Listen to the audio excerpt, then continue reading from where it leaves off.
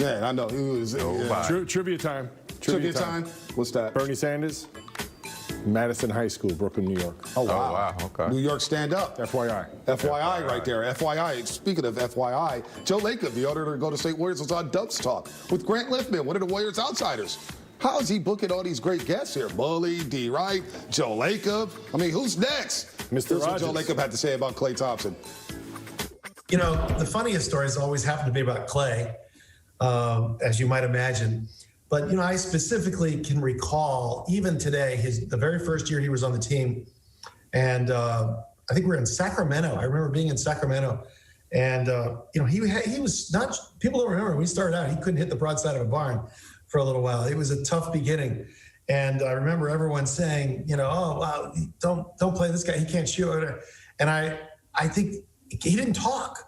Like, you know, there was no way to really communicate with him because he never said a word. There were so many funny stories about it. The communication was so difficult. And to watch him evolve over the years and see not only how consistently great he's been in shooting the ball and obviously playing defense as well, but just communicate, his ability to communicate is so great compared to what it used to be.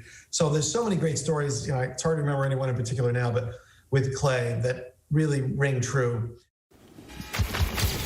All right, Klay Thompson here. Oh, we miss Klay, and then Curry. He's out there barking, hitting threes, and he leaves Klay hanging. Come on, man. You can't leave your splash brother hanging like that. He just wants a high five. What's up, Curry? You got to make that up on the other side. Let's hear from Draymond Green here about tonight's game against the Minnesota Timberwolves. A big win for the Warriors.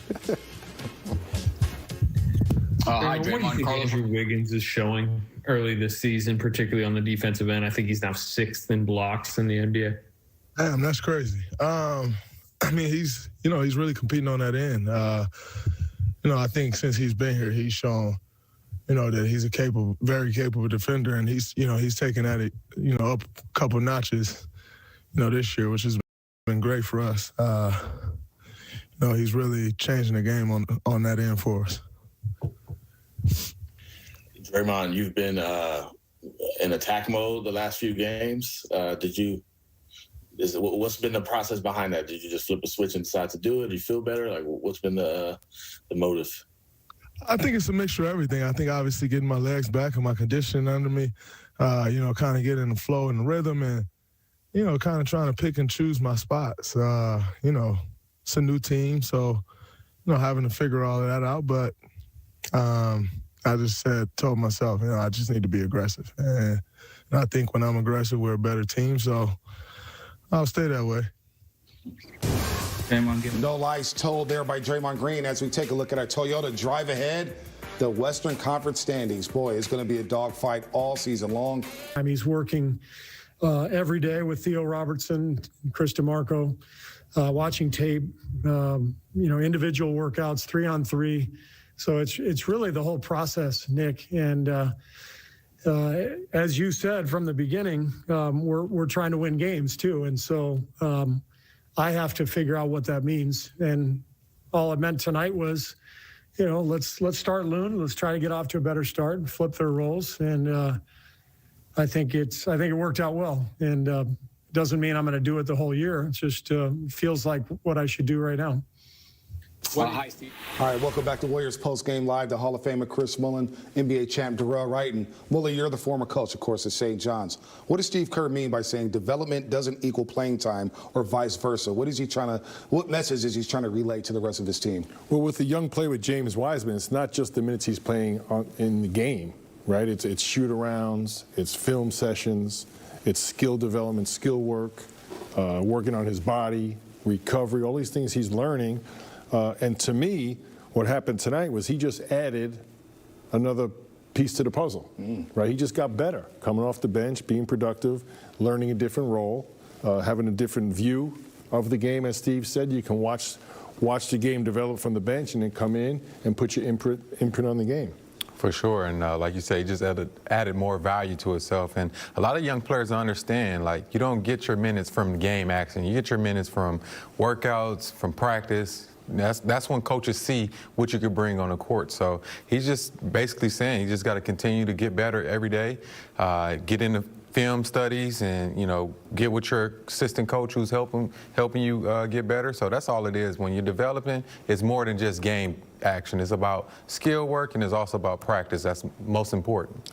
And to me, that move was as much a reaction to 2 really tough losses, right, and just trying to tweak something to shake things up to get back on track. No doubt. Steve Kerr also talked about he wasn't pleased with tonight's game. He liked the start, but he wasn't pleased with the rest of the game. Of course, the Warriors will try to fine-tune that before Wednesday's game against the Minnesota Timberwolves, and we'll discuss two-way wigs, baby. Two-way wigs presented by Toyota as we take a look at the team stats from tonight.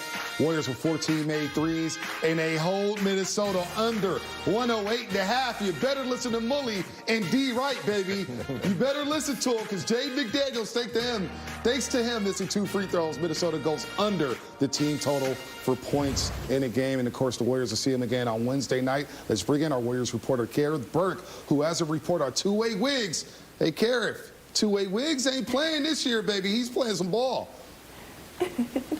Two-way wigs. Yeah, he is definitely cementing that, Bonte. It makes me smile to see how much he was smiling post-game, and he reiterated again how happy he is with the Warriors. Remember, this is the second time he said this season post-game, and you just think he fits better here, right? Let's just say it. This is a better fit for Andrew Wiggins. He's more comfortable here. He's not the centerpiece of the offense. He didn't have that weight on his shoulders the way he did in Minnesota as a #1 pick, trying to carry the franchise. Here, he gets to be a complement to what the Warriors want to do. Steph Curry is the head of that snake. Andrew Wiggins is the bonus. Two-way Wiggins is the bonus. And against his former team, 23 points. Most importantly, though, I would say 3 steals, 3 blocks. So he's using his gifts. That's what Steve Kerr said. Using his gifts with energy.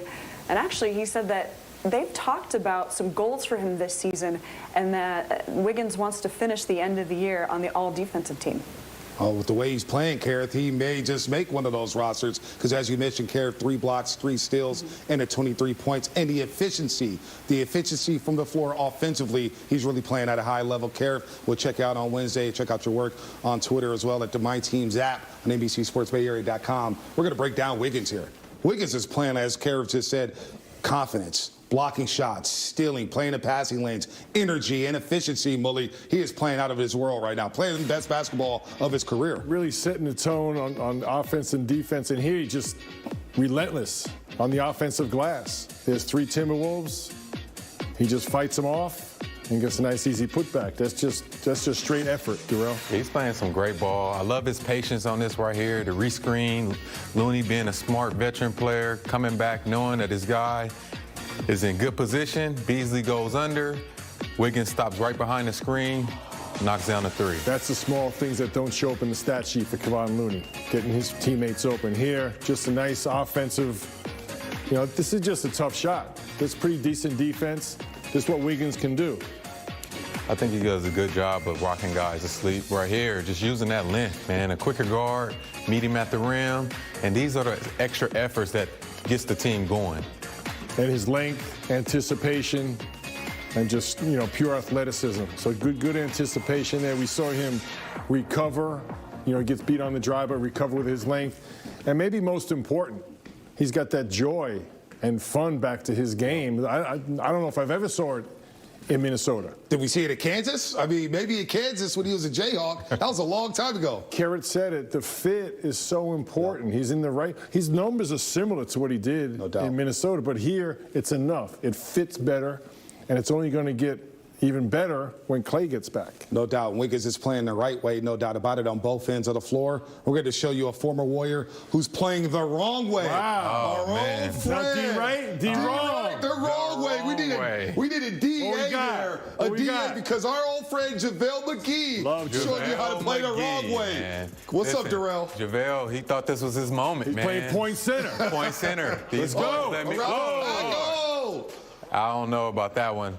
He, this was his moment. I counted 16 dribbles. 16 dribbles. And then no delivery. Ooh. I think that top 10 he just had a few nights ago, he was thinking about that. My old former team. But hey, that was the wrong way. Shaq gonna have that on? Shaq is gonna have that on Oh, no doubt. all week.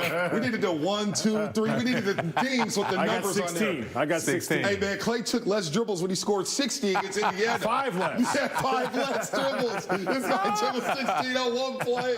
That is the wrong way on how to do things. Oh, man. Oh, man, Vontae Hill looking like he's about to say it's a beautiful day in the neighborhood. Well, guess what, baby? Who is he messing around? Hey, messing around. It's a beautiful day in the neighborhood because the Warriors played the Timberwolves and won by 22. The get-right game, baby. Mr. Rogers would be proud. Yes, hey, you know what? Let's go, baby. Let's go. I don't look like Todd Hanks, though, man, but we're going to talk about that. That's a great tweet, by the way. That's good stuff. That's awesome. You guys are funny, man. That is funny stuff. James Wiseman. We're going to hear from him coming up on the other side. A lot going on here. Oh, right now. Let's go to Wiseman right now, then. Right now. Here's James Wiseman. What's up, James?